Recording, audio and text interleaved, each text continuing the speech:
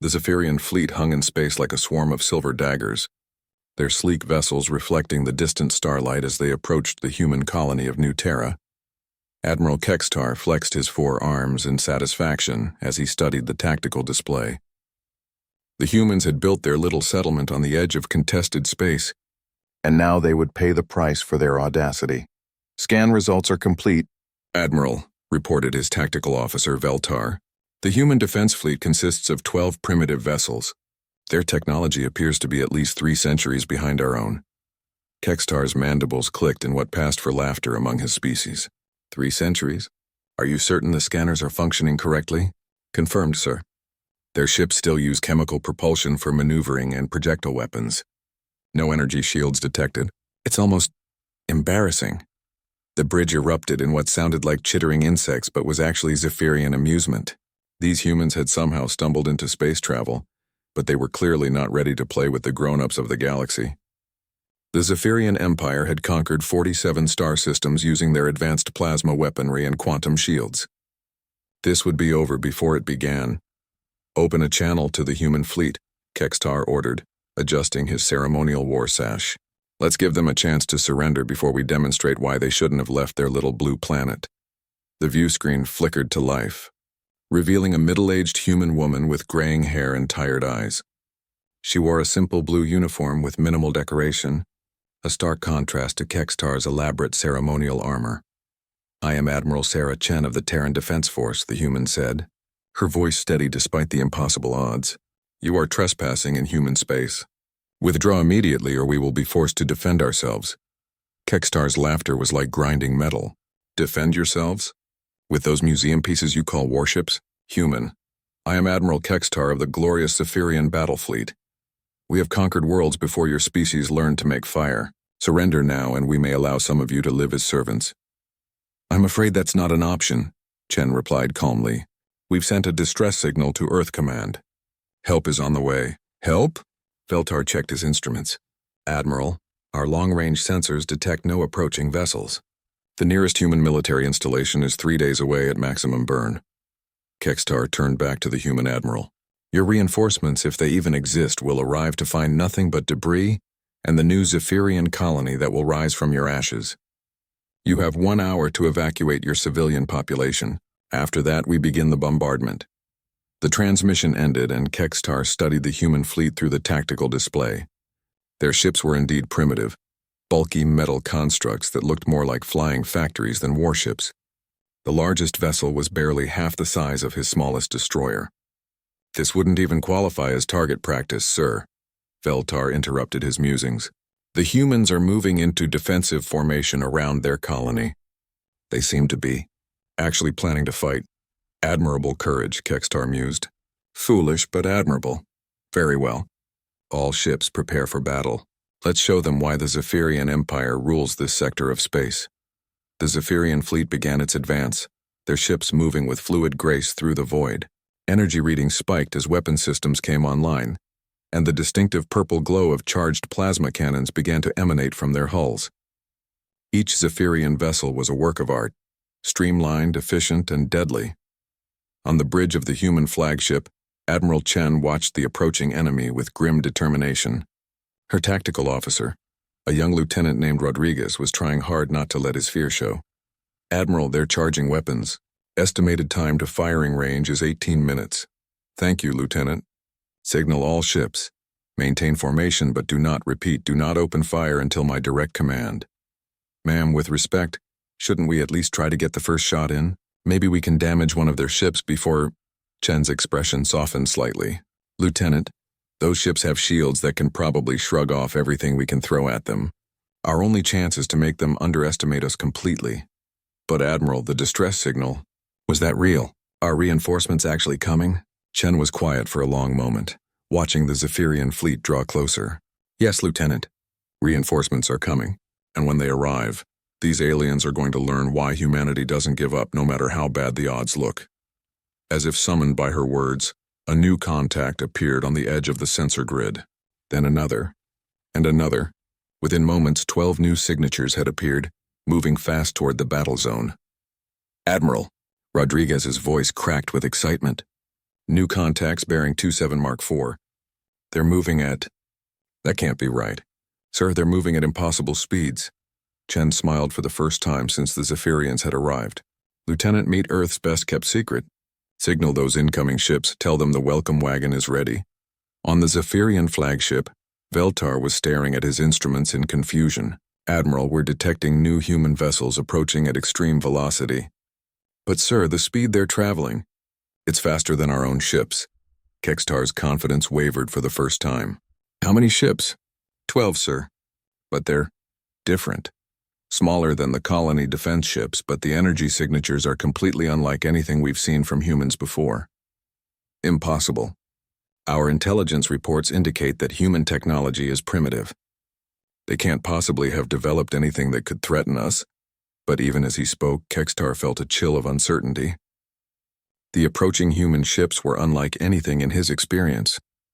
They moved with a predatory grace that reminded him uncomfortably of Zephyrian vessels. But there was something else. Something that made his warrior instincts whisper warnings. Sir. Veltar's voice was tight with concern. I'm reading 12 distinct vessels, but they're flying in perfect formation. Perfect, sir. No deviation, no communication lag, nothing. It's like they're all controlled by a single mind. The new human ships dropped out of their impossibly fast approach just outside weapons range, and for the first time the Zephyrians got a clear look at them. They were sleek, angular craft that seemed to absorb light rather than reflect it. No obvious weapons, no visible engines, nothing that made sense according to known technology. Admiral Chen, a new voice cut across the communication channels. It was young, human, and carried a casual confidence that made Kextar's scales crawl. This is Ace, Leader. Sorry we're late to the party. Permission to engage? Admiral Chen's smile widened as the familiar voice crackled through the comm system. Permission granted, Ace, Leader. Show our guests what human hospitality really looks like. Copy that. Ace Squadron weapons free. Let's dance. What happened next defied everything Admiral Kextar thought he knew about space combat. The 12 human ships didn't accelerate gradually like normal vessels. They simply disappeared from one position and reappeared in another, moving faster than Zephyrian targeting computers could track. Impossible! Veltar's voice cracked as he watched his tactical display struggle to keep up. Sir, they're using some kind of instantaneous movement technology. Our targeting systems can't lock onto them. The first Zephyrian destroyer exploded without warning. One moment it was there. The next it was expanding ball of superheated plasma and twisted metal. No visible weapon discharge, no energy beam. Nothing that would explain how a ship with quantum shielding and reinforced armor could simply cease to exist. All ships.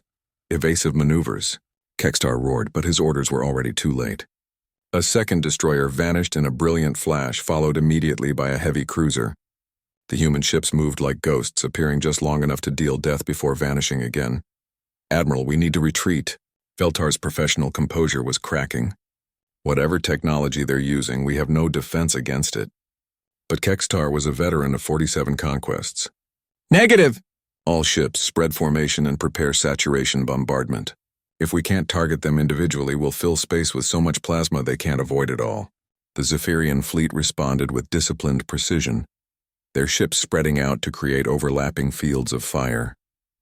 Hundreds of plasma bolts filled the space around the human vessels, turning the battlefield into a deadly light show. For a moment, Kextar thought he had them. No ship could maneuver through that much firepower. He was wrong. The Ace Squadron moved through the plasma barrage like it wasn't there. Not dodging, not weaving, but somehow occupying spaces between the energy bolts that shouldn't have existed. It was as if they could see the future, knowing exactly where each shot would be before it was fired. Ace 2, you've got 3 bogeys closing on your 6. The squadron leader's voice remained conversational, like he was discussing the weather instead of fighting for his life. Copy, leader. Taking them now. The pilot-designated Ace 2 didn't turn to engage his pursuers. Instead, his ship simply stopped existing in one location and appeared directly behind the Zephyrian vessels that had been chasing him. 3 more explosions bloomed against the starfield. On the human flagship, Lieutenant Rodriguez was staring at his instruments in amazement. Admiral, how are they doing this? The maneuvers they're pulling should liquefy any pilot and the energy output. It's like they're tapping directly into a star. Admiral Chen's expression was a mixture of pride and something that might have been sadness. The Ace Squadron represents everything we learned from first contact with hostile aliens, Lieutenant. Every mistake, every failure, every life lost in the early wars taught us something. These pilots are what we built from that knowledge. But how? The physics alone should be impossible. When you're fighting for the survival of your species, you learn to redefine impossible very quickly. The battle was turning into a massacre. Half the Zephyrian fleet was gone, destroyed by an enemy they couldn't hit, couldn't track, and couldn't understand. Admiral Kextar watched his magnificent ships die one by one, each loss a dagger to his pride and his understanding of how the universe worked. Sir. Veltar's voice was barely a whisper. Perhaps we should consider Admiral Chen's original suggestion. You mean surrender? Kextar's voice carried a mixture of rage and disbelief. Sir, we're being slaughtered by an enemy we can't even fight effectively. This isn't conquest anymore, it's suicide. Another cruiser exploded, its debris scattering across space like metallic rain. The Ace ships continued their deadly dance, untouchable and unstoppable. Kextar had witnessed the destruction of entire worlds, but he had never seen anything as terrifyingly efficient as these 12 human pilots. Ace leader to Zephyrian flagship. The human pilot's voice cut through the comm system again. You've lost half your fleet in 5 minutes. I strongly recommend you reconsider your tactical situation. Kextar forced himself to respond. What are you? This technology, it's beyond anything we've encountered in our expansion across the galaxy. What are we? The pilot's laugh was surprisingly warm for someone who had just destroyed multiple warships. We're what happens when humans get really motivated to not die. The universe is big and scary and full of species that want to kill us, so we adapted. This is impossible. Our sensors indicate you're still human. Biological signatures, life support readings, everything matches baseline human parameters. Humans cannot survive the acceleration forces your ships are generating. You're right, we can't. Good thing we're not trying to. Before Kextar could puzzle out what that meant, his tactical officer screamed a warning. Admiral, massive energy spike from the lead human ship. He's charging some kind of weapon. Ace leader's ship hadn't moved, but space around it began to shimmer and distort. Energy readings spiked beyond anything in the Zephyrian databases. And for the first time, one of the mysterious human vessels became visible to normal scanning. What they saw made Veltar's 4 hearts skip a beat. The ship wasn't just advanced, it was alien in a way that hurt to look at. Its hull seemed to exist in more dimensions than standard 3-dimensional space should allow, surfaces folding in on themselves in geometrically impossible ways. And at its core, where the pilot should be, sensors detected something that defied classification. By the 7 hells. Kextar breathed. What have you done to yourselves? What we had to do to survive, Ace leader replied. The question now is whether you're going to learn from this, or whether we need to reduce your fleet to component atoms to make our point. The remaining Zephyrian ships hung motionless in space, their crews paralyzed by the implications of what they were facing. These weren't just advanced humans, they were something new, something that had taken humanity's core strengths and evolved them far beyond normal biological limitations. Admiral, Veltar whispered, recommend immediate withdrawal. These aren't humans anymore, they're something else entirely. Something that makes our entire strategic doctrine obsolete. Kextar stared at the impossible human ships, his warrior's pride warring with his survival instincts. The Zephyrian Empire had built its expansion on the certainty that their technology was superior, their tactics unmatched, their victory inevitable. But these humans had just shattered that certainty with casual efficiency. Ace leader, he said finally, we withdraw, but this isn't over. The Empire will want to understand what you've become, Admiral Kextar. The human pilot's voice carried a note of something that might have been pity. You really don't want to understand what we've become. Trust me on this one. 3 weeks after the humiliating defeat at New Terra, Admiral Kextar stood before the Zephyrian High Council on their capital world of Zeph Prime. The crystalline chamber rose around him like the inside of a massive geode, its walls reflecting and amplifying the angry chittering of the 12 council members. Explain. High Counselor Zekmor's voice resonated through the chamber with the authority of absolute power. Explain how our most advanced battle fleet was defeated by primitive humans using outdated technology. Kextar's mandibles clicked nervously. Honored counselors, the humans we encountered were not primitive. Their technology, it defies our understanding of physics. ships that move without apparent propulsion, weapons that destroy matter at the molecular level, pilots who seem to exist partially outside normal space-time. Preposterous, Council Member HFY interrupted. Our intelligence reports clearly indicate that human technology is centuries behind our own. Are you suggesting that our entire intelligence apparatus is fundamentally flawed? I'm suggesting that we don't know humans as well as we thought we did. Kextar activated a holographic display showing the battle footage. Watch carefully. These ships don't accelerate. They simply transition from one position to another. No energy signature, no subspace distortion, nothing that should be possible according to known science. The Council watched in silence as the recording showed Zephyrian ships exploding one after another, destroyed by an enemy that moved like smoke and struck like lightning. The footage was humiliating, but it was also terrifying. What do our scientists say about this technology? Zekmore asked, his voice thoughtful now rather than angry. Chief Science Advisor Lextar stepped forward, his ceremonial robes rustling with embedded data crystals. We've analyzed the footage extensively. The energy patterns suggest the humans have somehow learned to manipulate quantum probability fields directly. Instead of moving through space, they appear to be changing the probability of where they exist. In simple terms, Advisor, they've weaponized uncertainty itself, High Counselor. Their ships don't travel from point A to point B. They simply stop existing at point A and start existing at point B. The implications are staggering.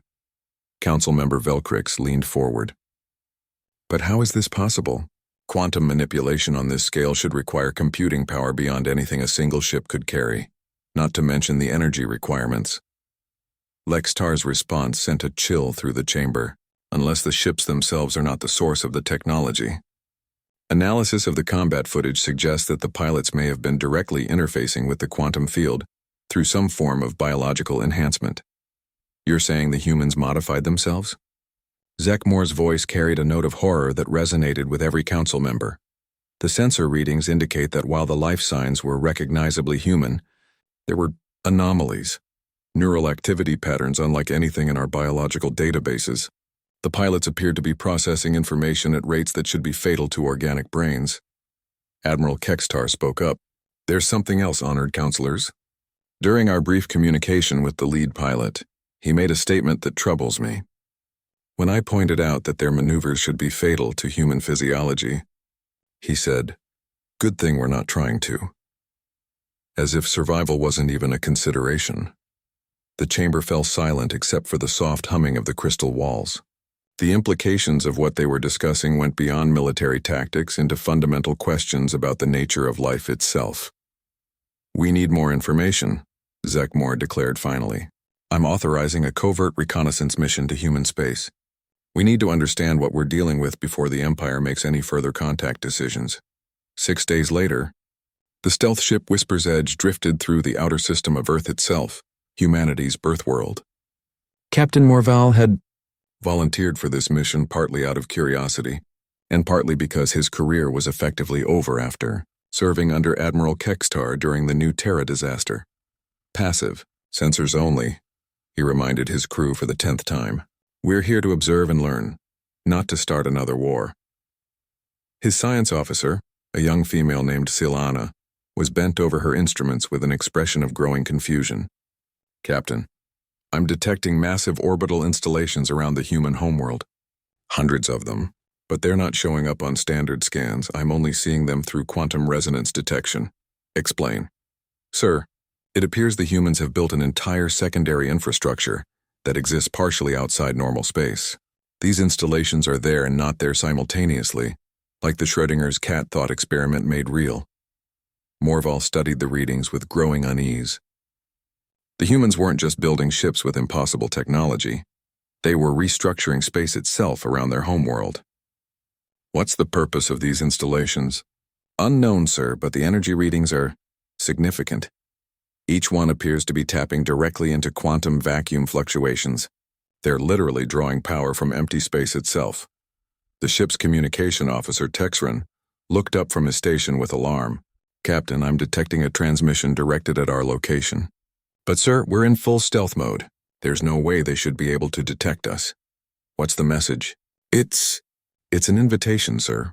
Coordinates for a meeting location in the asteroid belt and a request for peaceful contact. Morval's scales rippled with anxiety.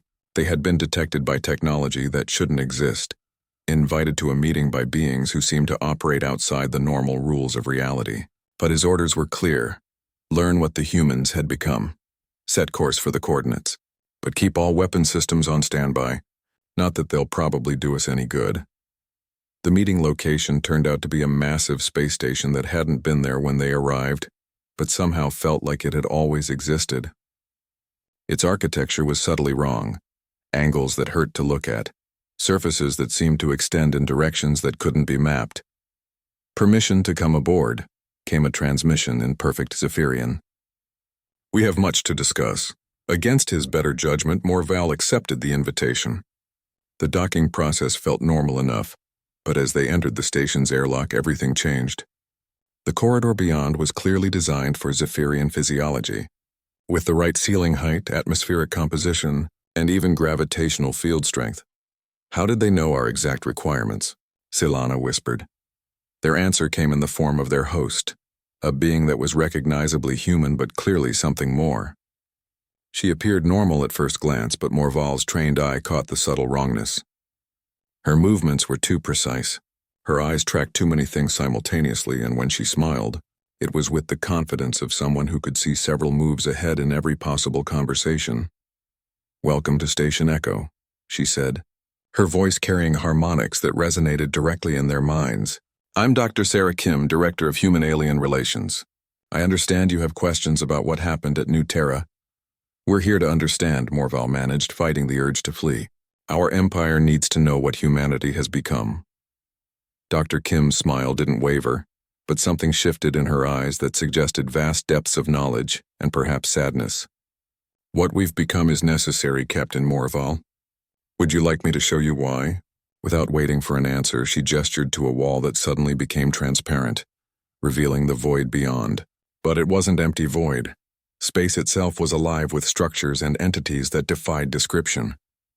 Things that moved between dimensions. Technologies that existed as pure thought, and throughout it all, the subtle presence of intelligence is so vast and alien that looking at them directly caused physical pain. The universe is not as empty as most species believe, Dr. Kim said quietly.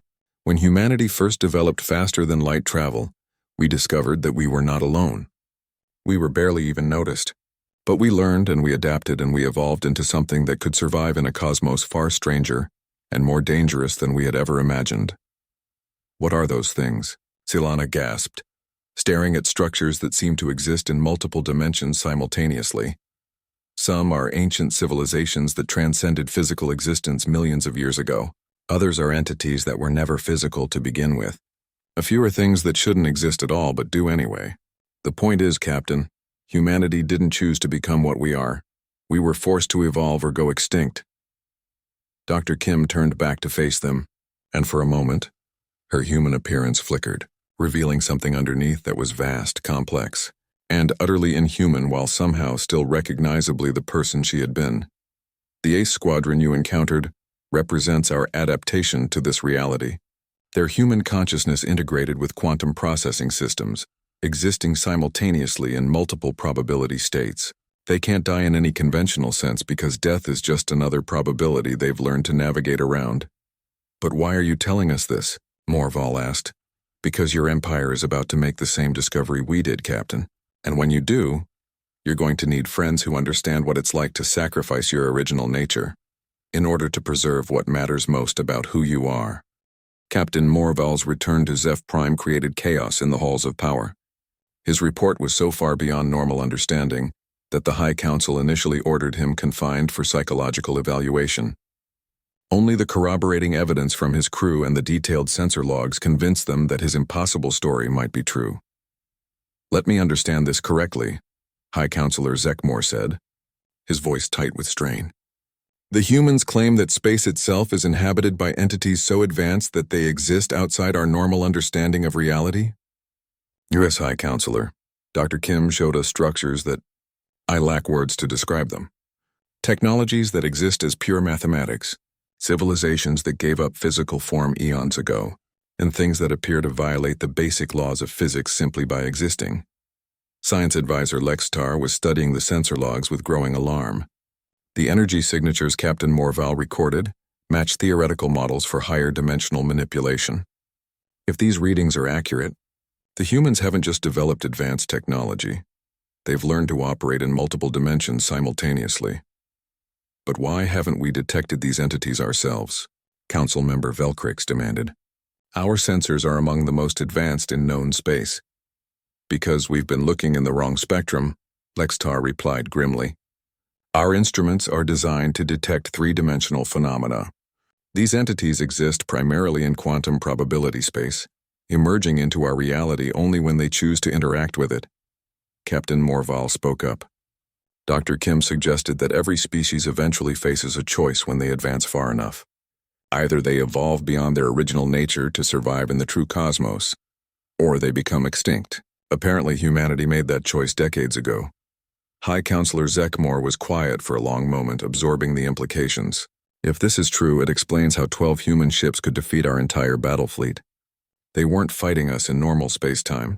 They were operating from a higher dimensional perspective where our weapons and shields might as well be stone axes. There's something else, Morval said reluctantly. Dr. Kim warned me that our empire is approaching the same threshold.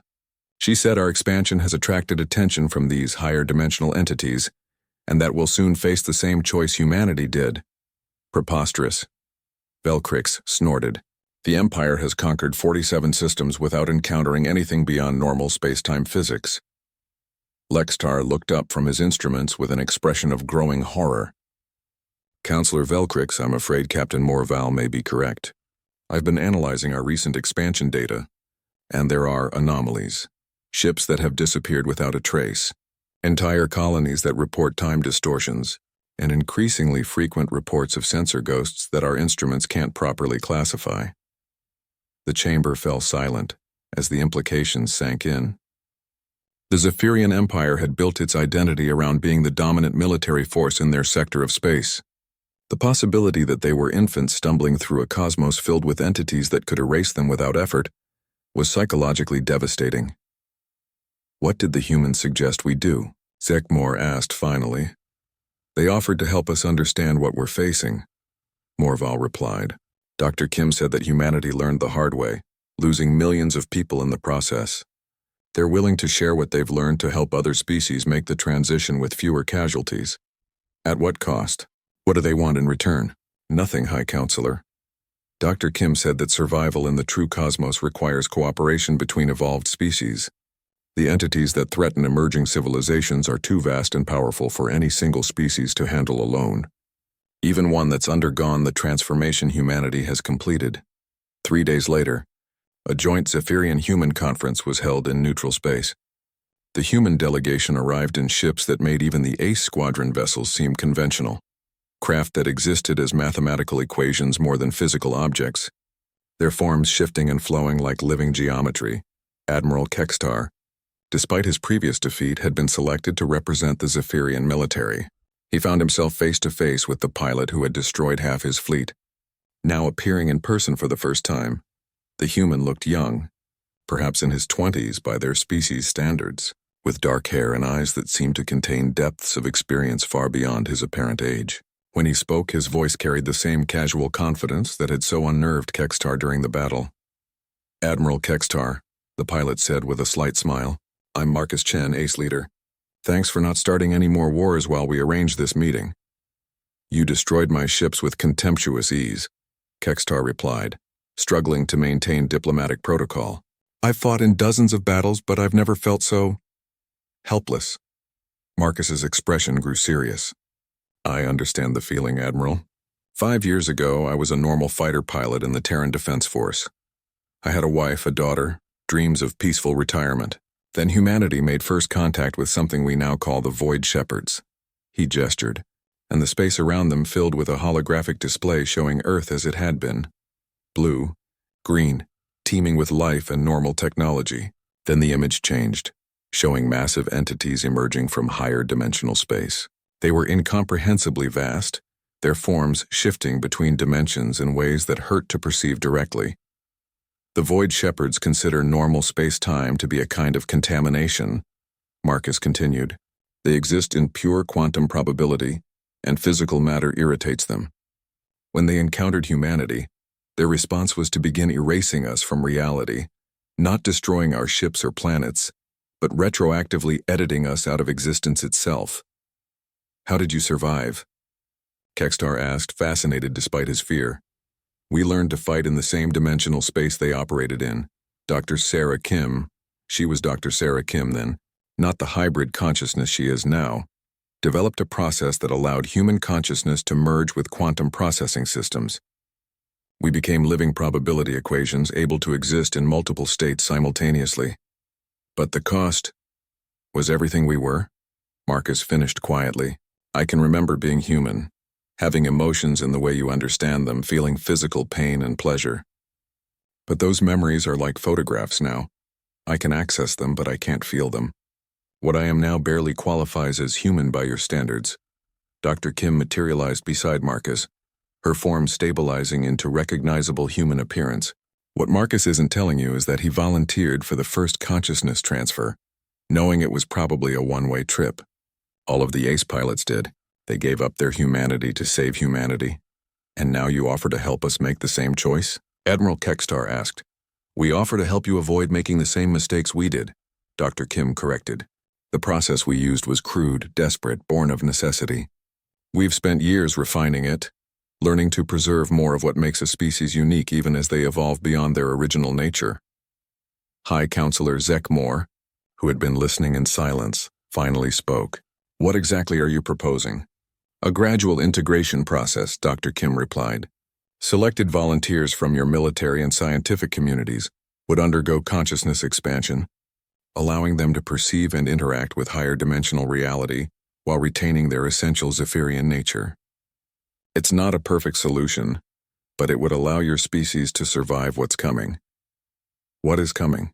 Zekmore asked, though he suspected he already knew.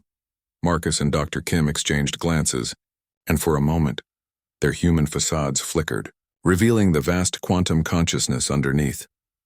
The harvesters are moving into this sector, Marcus said simply. They're older and more powerful than the Void Shepherds, and they don't just erase civilizations, they consume them, adding their knowledge and capabilities to their own infinite complexity. Humanity alone isn't strong enough to stop them. But humanity, the Zephyrian Empire, and any other species willing to evolve, together we might have a chance. The weight of the choice ahead settled on every Zephyrian present. Evolve beyond recognition or face extinction at the hands of entities they couldn't even properly perceive. It wasn't really a choice at all. Captain Morval's return to Zeph Prime created chaos in the halls of power. His report was so far beyond normal understanding that the High Council initially ordered him confined for psychological evaluation.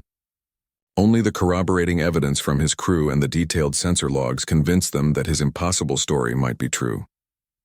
Let me understand this correctly, High Counselor Zekmore said, his voice tight with strain. The humans claim that space itself is inhabited by entities so advanced that they exist outside our normal understanding of reality? Yes, High Counselor. Dr. Kim showed us structures that I lack words to describe them.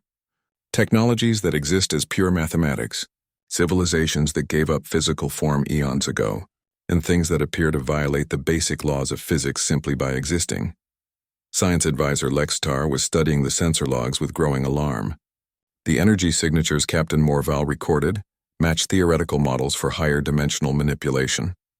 If these readings are accurate, the humans haven't just developed advanced technology. They've learned to operate in multiple dimensions simultaneously. But why haven't we detected these entities ourselves? Council member Velkrix demanded. Our sensors are among the most advanced in known space. Because we've been looking in the wrong spectrum, Lextar replied grimly. Our instruments are designed to detect three-dimensional phenomena. These entities exist primarily in quantum probability space, emerging into our reality only when they choose to interact with it. Captain Morval spoke up. Dr. Kim suggested that every species eventually faces a choice when they advance far enough.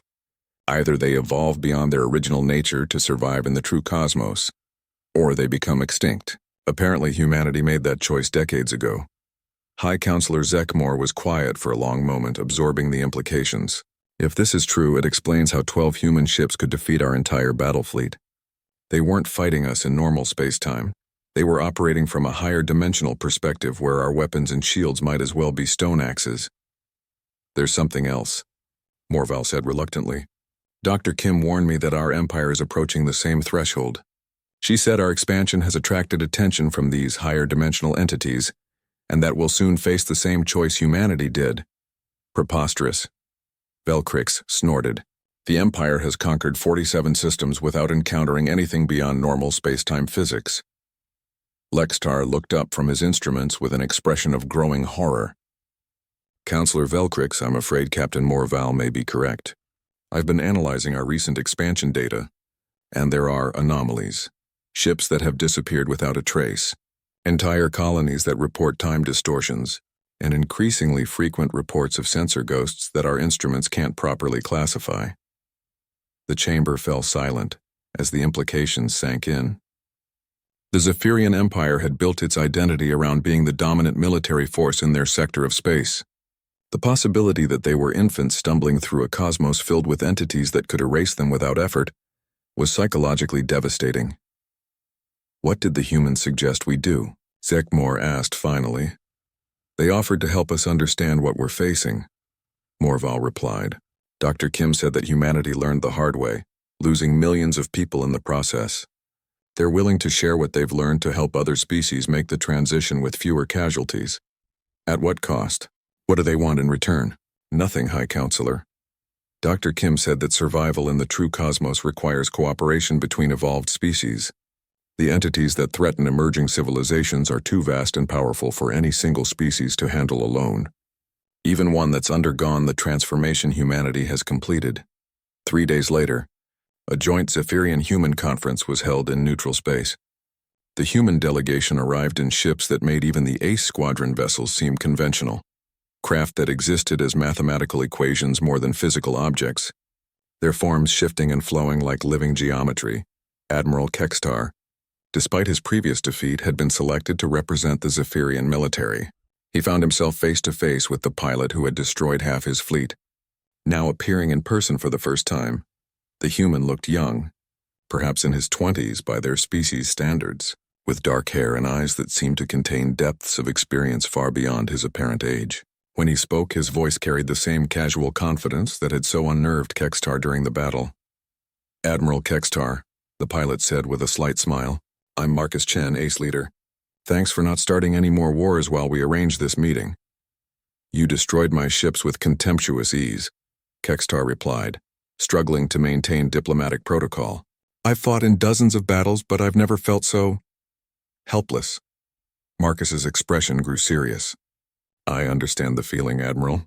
5 years ago, I was a normal fighter pilot in the Terran Defense Force. I had a wife, a daughter, dreams of peaceful retirement. Then humanity made first contact with something we now call the Void Shepherds. He gestured, and the space around them filled with a holographic display showing Earth as it had been. Blue, green, teeming with life and normal technology. Then the image changed, showing massive entities emerging from higher dimensional space. They were incomprehensibly vast, their forms shifting between dimensions in ways that hurt to perceive directly. The Void Shepherds consider normal space-time to be a kind of contamination, Marcus continued. They exist in pure quantum probability, and physical matter irritates them. When they encountered humanity, their response was to begin erasing us from reality, not destroying our ships or planets, but retroactively editing us out of existence itself. How did you survive? Kextar asked, fascinated despite his fear. We learned to fight in the same dimensional space they operated in. Dr. Sarah Kim, she was Dr. Sarah Kim then, not the hybrid consciousness she is now, developed a process that allowed human consciousness to merge with quantum processing systems. We became living probability equations able to exist in multiple states simultaneously. But the cost was everything we were, Marcus finished quietly. I can remember being human, having emotions in the way you understand them, feeling physical pain and pleasure. But those memories are like photographs now. I can access them, but I can't feel them. What I am now barely qualifies as human by your standards. Dr. Kim materialized beside Marcus, her form stabilizing into recognizable human appearance. What Marcus isn't telling you is that he volunteered for the first consciousness transfer, knowing it was probably a one-way trip. All of the ace pilots did. They gave up their humanity to save humanity. And now you offer to help us make the same choice? Admiral Kekstar asked. We offer to help you avoid making the same mistakes we did, Dr. Kim corrected. The process we used was crude, desperate, born of necessity. We've spent years refining it, learning to preserve more of what makes a species unique even as they evolve beyond their original nature. High Counselor Zek Moore, who had been listening in silence, finally spoke. What exactly are you proposing? A gradual integration process, Dr. Kim replied. Selected volunteers from your military and scientific communities would undergo consciousness expansion, allowing them to perceive and interact with higher dimensional reality while retaining their essential Zephyrian nature. It's not a perfect solution, but it would allow your species to survive what's coming. What is coming? Zek Moore asked, though he suspected he already knew.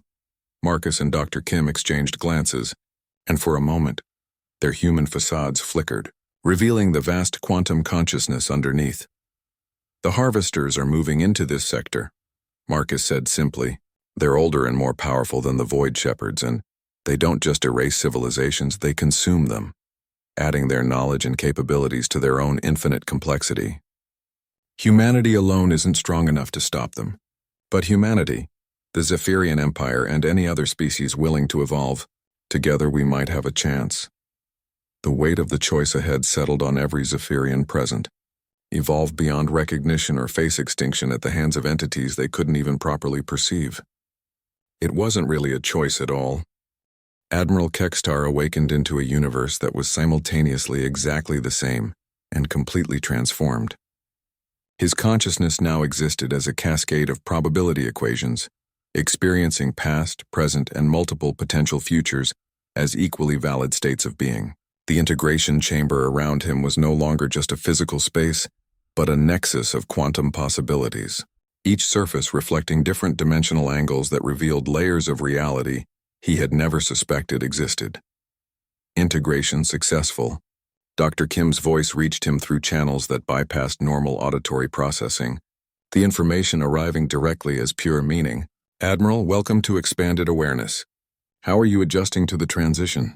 Kekstar attempted to respond and discovered that his consciousness could communicate on multiple levels simultaneously. The experience is overwhelming and completely natural at the same time. I can perceive the harvester fleet approaching as distortions in probability space, but I can also see potential defense strategies that exist as mathematical constructs rather than tactical plans. That's the integration working correctly.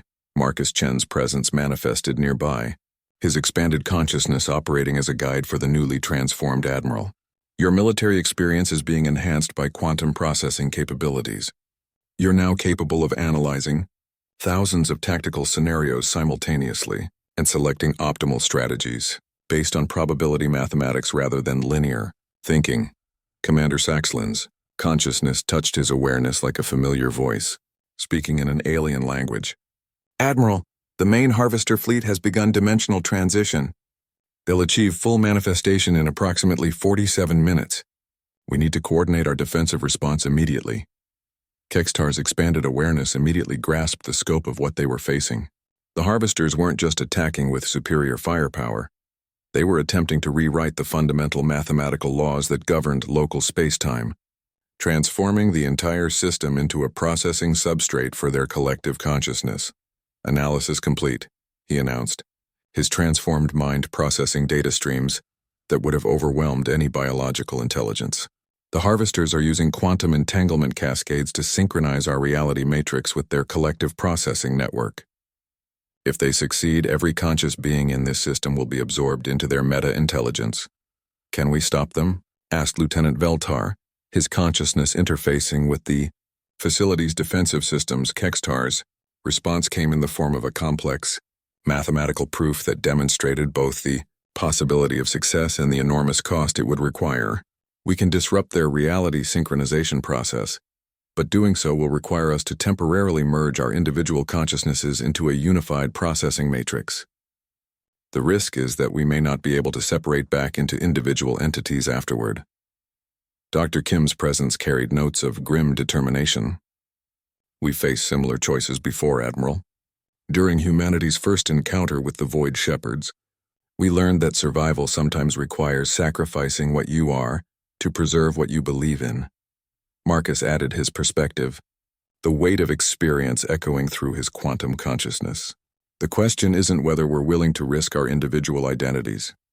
The question is whether we can create something greater than the sum of our parts, something capable of not just defeating the harvesters, but preventing them from threatening other emerging species." The approaching harvester fleet began to affect local space-time in measurable ways. Stars flickered as their quantum states were probed and analyzed. Planets experienced temporal distortions as reality itself was tested for incorporation into the collective processing matrix. Throughout the system, every conscious being felt the pressure of vast intelligences attempting to catalog and absorb their thoughts. "All units, prepare for consciousness merge," Admiral Kekstar commanded, his decision carrying the authority of absolute necessity. "We're going to show these entities what happens when organic creativity meets quantum processing power." The merge began gradually, individual expanded consciousnesses reaching out to touch and interface with each other. Human and Zephyrian awareness flowed together, creating hybrid thought patterns that were more complex and capable than either species could achieve alone.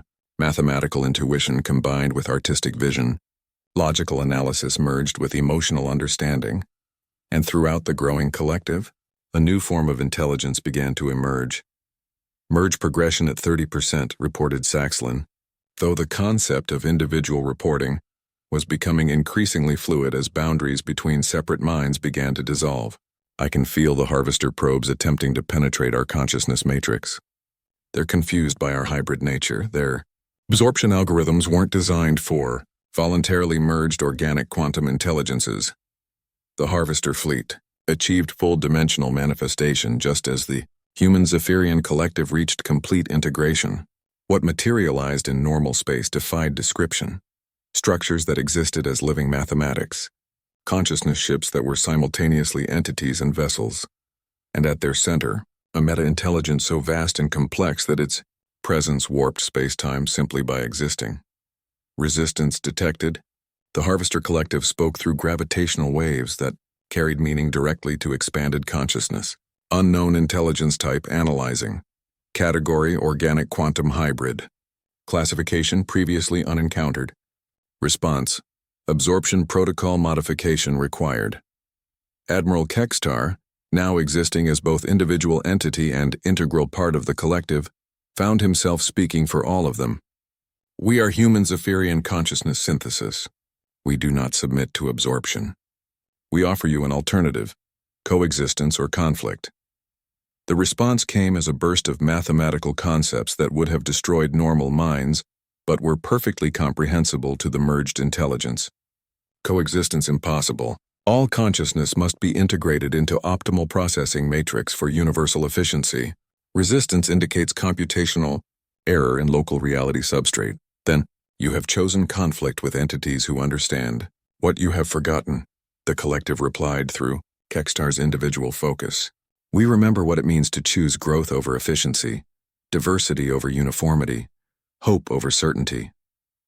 The battle that followed operated on scales that transcended normal concepts of space and time. The human Zephyrian collective didn't attack the harvester ships. Instead, they began rewriting the mathematical foundations that allowed the harvesters to exist in their current form. They introduced chaos equations into ordered systems, inserted creativity algorithms into purely logical matrices, and most devastatingly, began demonstrating the power of consciousness that chose limitation for the sake of growth rather than infinite expansion for the sake of control. "Paradox cascade initiated," announced Marcus, Chen's component of the collective consciousness. "We're showing them what they lost when they abandoned individual identity for our collective efficiency." The harvesters responded with increasingly desperate attempts to force local reality into their processing paradigm, but each attack only provided more opportunities for the merged human Zephyrian consciousness to demonstrate alternatives. Where the harvesters imposed order, the collective showed the creative potential of controlled chaos. Where they demanded efficiency, the collective revealed the strength that came from choosing to preserve what was valuable rather than what was optimal. Critical error in absorption protocol, the harvester, meta-intelligence broadcast as its perfect certainty began to crack under the weight of concepts it had eliminated from its own consciousness eons ago. Local reality demonstrates impossible paradox. Voluntary limitation increasing rather than decreasing processing capability. Commander Saxlin's awareness touched the collective's shared consciousness. They're destabilizing. The paradox of organic creativity enhanced by quantum processing is corrupting their fundamental logic structures. They can't absorb us because doing so would introduce chaotic elements into their perfect order. The harvester fleet began to flicker between dimensions as their collective consciousness struggled to process concepts that challenged their core programming. The meta-intelligence that had absorbed thousands of civilizations found itself facing a single hybrid consciousness that refused to be categorized, quantified, or absorbed. Withdrawal necessary, the harvesters finally admitted. Their perfect certainty replaced by something resembling confusion. Local consciousness classification, irreconcilable paradox. Absorption probability, 0. Recommendation, quarantine and avoid. As the harvester fleet retreated into higher dimensions, leaving only quantum distortions to mark their passage, the human Zephyrian collective faced their own critical decision. They had succeeded beyond all expectations, but now they had to determine whether they could return to being individual entities or whether they would remain forever merged into something greater than the sum of their parts. The process of consciousness separation proved to be even more challenging than the original merger. For 3 days, the human Zephyrian collective existed in a state of quantum superposition. Simultaneously, one unified intelligence and dozens of individual minds struggling to remember how to exist independently. Dr. Kim, her expanded consciousness serving as an anchor point for the separation process, worked tirelessly to help each individual entity rediscover their unique identity patterns. The key is remembering what made you distinct before the merger, she explained through quantum communication channels that bypassed normal speech. Your core personality matrix, your individual experiences, the choices that shaped who you became. Admiral Kextar found himself caught between two states of being: the vast, unified awareness that had defeated the harvesters, and the more limited but personally meaningful consciousness of his individual identity. I can feel myself as separate from the collective, but part of me doesn't want to let go of what we became together. The clarity, the capability, the sense of purpose shared across multiple perspectives. Marcus Chen's presence manifested nearby, his own consciousness having undergone similar transitions multiple times. That feeling never completely goes away, Admiral. Once you've experienced merged consciousness, individual awareness always feels somewhat constrained. But there are compensations. Personal relationships, individual creativity, the ability to be surprised by your own thoughts. Those things require separation to exist. Commander Saxlin was the first to achieve complete separation, her consciousness crystallizing back into recognizably Zephyrian patterns while retaining the enhanced capabilities that integration had provided. The experience is like waking from a dream where you could see everything at once, she reported. I'm still myself, but I'm more myself than I was before. Does that make sense? Perfect sense, Dr. Kim replied.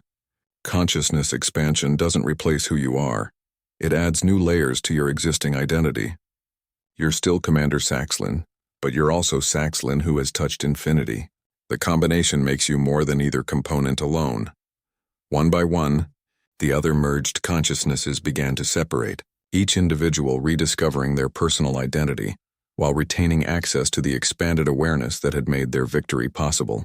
The process wasn't without casualties. 2 Zephyrian volunteers and 1 human pilot found that their individual identities had become too thoroughly integrated into the collective matrix to exist independently. They chose to remain merged, becoming the first permanent human Zephyrian hybrid consciousness.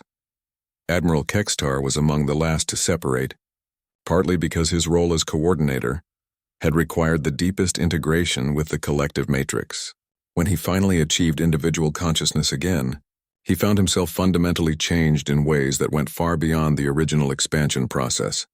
Status report, he said, testing his ability to speak in individual words rather than quantum mathematical concepts.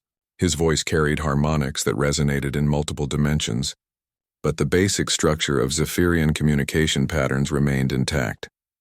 The Harvester fleet has completely withdrawn from this sector, reported Lieutenant Veltar, whose own expanded consciousness now included the ability to monitor threats across several star systems simultaneously. More importantly, their retreat appears to have sent a signal to other metapredator species. We're detecting massive reconfigurations in higher dimensional space.